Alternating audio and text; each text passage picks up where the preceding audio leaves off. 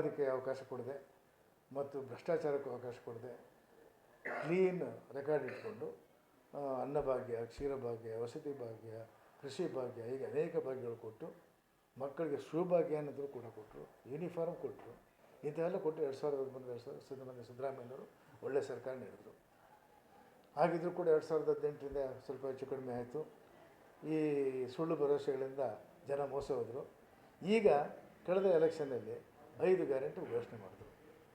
5 guarantee ತಮ್ಮ ಘೋಷಣೆ ಮಾಡಿದ ಹಾಗೆಯೇ ಶಕ್ತಿದಿರ್ಬೋದು, ಮತ್ತು ಅನ್ನಭಾಗ್ಯ ಇರ್ಬೋದು, ಗೃಹಲಕ್ಷ್ಮಿ ಇರ್ಬೋದು, ಗೃಹ ಜ್ಯೋತಿ ಇರ್ಬೋದು, ಇವೆಲ್ಲವೂ ಕೂಡ ಈಗಾಗಲೇ 1 ವರ್ಷದೊಳಗೆ ಅವ್ರಿಗೆ ಜಾರಿ ತಂದುಬಿಟ್ರು. ಆಮೇಲೆ ಈ ಶಕ್ತಿ ಇದೆಯಲ್ಲ, ಶಕ್ತಿ ಯೋಜನೆ, ಸ್ತ್ರೀ ಸಬಲೀಕರಣನ ಬರೀ ಬಾಯಲ್ಲಿ ಹೇಳ್ತೀವಿ.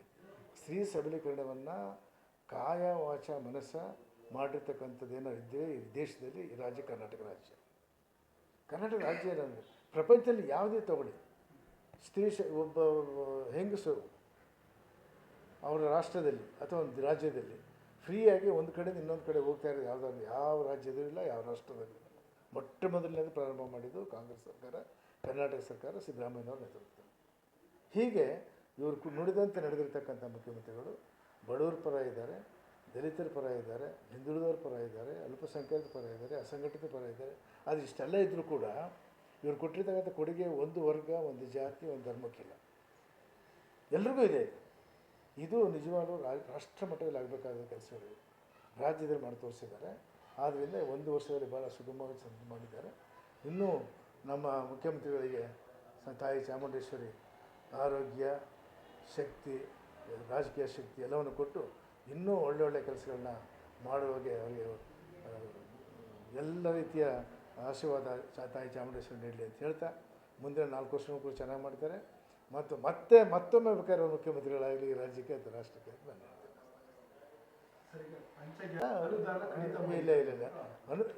SCP ಈಗ ಉದಾಹರಣೆ ಒಂದು ಹೇಳ್ತೇನೆ. ಈಗ ನನ್ನ ಹತ್ರ 1,000 ರೂಪಾಯಿ ಇರುತ್ತೆ. ಆ 1,000 ರೂಪಾಯಿನಲ್ಲಿ 100 ರೂಪಾಯಿ ಎಲೆಕ್ಟ್ರಿಸಿಟಿ, ವಾಟರ್ ಬಿಲ್ 100 ರೂಪಾಯಿ, ಇನ್ನೊಂದು ಮನೆಗೆ ಖರ್ಚಿಂದ 500 ರೂಪಾಯಿ, ಹೀಗೆಲ್ಲ ಇಟ್ಟಿರ್ತೀವಿ ಅಲ್ವರ. ಈಗಿರಬೇಕಾದ್ರೆ ನಾವು ಯಾವ್ದಾದ್ರು ಖರ್ಚಾಗದೆ ಇರ್ತಕ್ಕಂಥದ್ದಿದ್ರೆ ಅದನ್ನು ತೊಗೊಂಡು ಇಲ್ಲಿ ಬಳಸ್ಬಿಟ್ಟು ಮತ್ತೆ ಅದನ್ನು ಎಲ್ಲ ತುಂಬ್ತೀವಿ.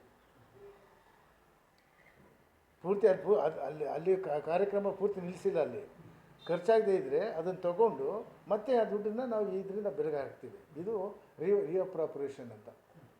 ಇದು ಇಟ್ಸ್ ಕಾಲ್ಡ್ ರಿಅಪ್ರಾಪ್ರಿಯೇಷನ್. ಇರ್ತಕ್ಕಂಥ ದುಡ್ಡನ್ನು ತೊಗೊಂಡು ಅದಿದ್ದರೆ ಮತ್ತೆ ಅದಕ್ಕೆ ತುಂಬೋದು. ಆದರೆ ಕಾರ್ಯಕ್ರಮ ಯಾವುದು ನಿಂತಿಲ್ಲ. SCP, STP, STPನಲ್ಲಿ ಯಾವುದೇ ಕಾರ್ಯಕ್ರಮ ನಿಂತಿಲ್ಲ. ಆದರೆ ಅದು ಅನುದಾನದ ಇದು ಅದನ್ನು ರಿಅಡ್ಜಸ್ಟ್ಮೆಂಟ್ ಅಂತ ಹೇಳ್ತೀವಿ. ಆ ರೀತಿ ಆಗಿದೆ ಹೊರತು ಯಾವುದೇ SCP ಮತ್ತು STP ಕಾರ್ಯಕ್ರಮ ಯಾವುದು ನಿಂತಿಲ್ಲ ಮತ್ತು ಆ ದುಡ್ಡನ್ನು ಇಲ್ಲಿ ದುರುಪಯೋಗ ಆಗಿಲ್ಲ. ಇಲ್ಲ, ಏನಾಗಿಲ್ವಲ್ಲ. ನೀವು ಸ್ಕಾಲರ್ಶಿಪ್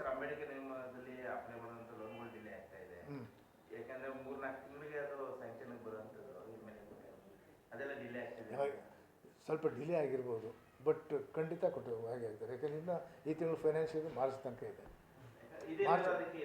ಮಾರ್ಚ್ ಇಲ್ಲ ಅದು ಯಾವುದೇ ಕಾರ್ಯಕ್ರಮನ ನಿಲ್ಲಿಸಲ್ಲ, ಅವರು ನಿಲ್ಲಿಸೋದು ಇಲ್ಲ. ಸ್ವಲ್ಪ ಡಿಲೇ ಆಗಿರ್ಬೋದು ಈ ಕಡೆ ಯಾಕೆಂದರೆ ಅನಾವಶ್ಯಕವಾಗಿ ನಾವು ಬೇಕಾದಷ್ಟು ಬಂತಲ್ಲ ಈಗ ಇದು, ರಿಅಡ್ಜಸ್ಟ್ಮೆಂಟ್ ಮಾಡ್ತಾರೆ ಹೊರತು ಯಾವುದೇ ಕಾರ್ಯಕ್ರಮ ನಿಲ್ಲಿಸಿಲ್ಲ. ಹಣ ದುರುಪಯೋಗ ಆಗಿಲ್ಲ. ರಿಅಪ್ರಾಪ್ರಿಯೇಷನ್ ಅಂತ ಹೇಳ್ತಾರೆ ಇದರಲ್ಲಿ. ಆದ್ದರಿಂದ ಹಣದ್ದು ದುರುಪಯೋಗ ಇಲ್ಲ, ಕಾರ್ಯಕ್ರಮ ಅದು ನಿಂತಿಲ್ಲ. ಕಾರ್ಯಕ್ರಮ ಯೋಜನೆಗಳು ಬಂದ ನಂತರ MLA ಫಂಡು ಅಥವಾ ನಿಮ್ಮ MLC ಫಂಡು ಇಂಥದ್ದೇನಾದರೂ ಸ್ಟಾಪ್ ಆಗಿರೋಂಥ ಇಲ್ಲ, ಯಾವುದು ನಿಂತಿಲ್ಲ. ಎಲ್ಲ ಆಗ್ತಾ ಇದೆ. ಇಲ್ಲ, ವಿಶೇಷವಾಗಿ ನಾವು ಕೇಳಲಿಕ್ಕೆ ಹೋಗಿಲ್ಲ. ಯಾಕೆಂದ್ರೆ ನಮಗೆ ಗೊತ್ತಿದೆಯಲ್ಲ ಈ ಪರಿಸ್ಥಿತಿ. ಅದರಿಂದ ರೆಗ್ಯುಲರಾಗಿ ಏನಿದೆ ಅದನ್ನು ಕೊಡಿ, ಅದನ್ನು ಮಾಡ್ತೀವಿ ಅಂತ ಹೇಳಿದ್ದೀವಿ ಹೊರತು ಯಾವುದೇ ಸ್ಪೆಷಲ್ ಪ್ರೋಗ್ರಾಮಲ್ಲಿ ನಾವು ಕೇಳೋಕ್ಕೆ ಹೋಗಿಲ್ಲ. ಸೊ ಅದರಿಂದ ಯಾವುದೇ MLAಗಳಿಗೆ ಯಾವುದೂ ಕಡಿಮೆ ಆಗಿಲ್ಲ. ಎಲ್ಲ ಅವರು ನಿರಂತರವಾದ ಕೆಲಸಗಳು ಮಾಡ್ಕೊಂಡು ಹೋಗ್ತಾ ಇದ್ದಾರೆ. ಮಾತಾಡಲ್ಲ, ಯಾಕೆಂದರೆ ಅವರ ಪಕ್ಷಕ್ಕೆ ಅವರ ಅಭ್ಯರ್ಥಿ ಆಯ್ಕೆ ಮಾಡ್ತಕ್ಕಂಥ ಸ್ವಾತಂತ್ರ್ಯ ಅವ್ರಿಗಿದೆ. ನಮ್ಮ ಪಕ್ಷದಲ್ಲಿ ಅಭ್ಯರ್ಥಿ ಮರಿತಿಬ್ಬೇಗೌಡರು ಕಳೆದ 4 ಬಾರಿ ಎಲೆಕ್ಟ್ ಆಗಿದ್ದಾರೆ. ಭಾಳ ಸಜ್ಜನರು ಮತ್ತು ಅವರ ಹುದ್ದೆಯಲ್ಲಿ ಮತ್ತು ಅವರು ಕೂಡ ಬೋಧಕರಾಗಿದ್ದವರು. ಬೋಧಕರ ಬಗ್ಗೆ ಒಳ್ಳೆ ಇದು ಸಂಪರ್ಕ ಇಟ್ಕೊಂಡಿದ್ದಾರೆ. ಅವ್ರ ಬಗ್ಗೆ ಭಾಳ ಗೌರವ ಇದೆ. ಆ್ಯಂಡ್ 4 ವರ್ಷದಲ್ಲೂ ಭಾಳ ಚೆನ್ನಾಗಿ ಒಳ್ಳೆ ಕೆಲಸಗಳು ಮಾಡೋದ್ರಿಂದ ಆ ಕ್ಷೇತ್ರದಲ್ಲಿ ಮತ್ತು ಬೋಧಕರು ಭಾಳ ಅವ್ರ ಬಗ್ಗೆ ಗೌರವ ಇದೆ. ಖಂಡಿತ ನಾವು ಕಾಂಗ್ರೆಸ್ ಪಕ್ಷದಿಂದ ಮರಿತಿಬ್ಬೇಗೌಡರು ನಿಂತಿರೋದು ನಮಗೆ ಭಾಳ ಆಶಾದಾಯಕವಾಗಿದೆ. ಖಂಡಿತ ಅವರು ಆಯ್ಕೆ ಆಗ್ತಾರೆ, ಭಾಳ ಹೆಚ್ಚಿನ ಮತದಲ್ಲಿ ಆಯ್ಕೆ ಆಗ್ತಾರೆ ಅಂತಲ್ಲಿ ಯಾವುದೇ ಅನುಮಾನ ಇಲ್ಲ. ನೋಡ್ಕೊಳ್ಬೇಕು, ಬೇಡಿಕೆ ಬರ್ತಾ ಇದ್ದಾವೆ ಇಲ್ಲ ಅಂತಲ್ಲ, ಬಟ್ ಅವ್ರು ಕೇಳೋದಕ್ಕೆಲ್ಲ ಕೊಡಲಿಕ್ಕೆ ಆಗೋದಿಲ್ಲ. ಆದ್ದರಿಂದ ನಾವು ನೋಡಿಕೊಂಡು ಆದ್ಯತೆ ಮೇಲೆ ಯಾವುದು ಭಾಳ ನಮ್ಮದು ಪ್ರತಿಯೊಬ್ಬ ಎಮ್ ಎಲ್ ಸಿಗಳು ಕೊಡ್ತಕ್ಕಂಥ ವರ್ಷಕ್ಕೆ 2 ಕೋಟಿ ಕೊಡ್ತಾರೆ. ಸೊ 2 ಕೋಟಿನಲ್ಲಿ ಅವರು ಸಾಮಾಜಿಕ ಕಾರ್ಯಕ್ರಮ, ಅದು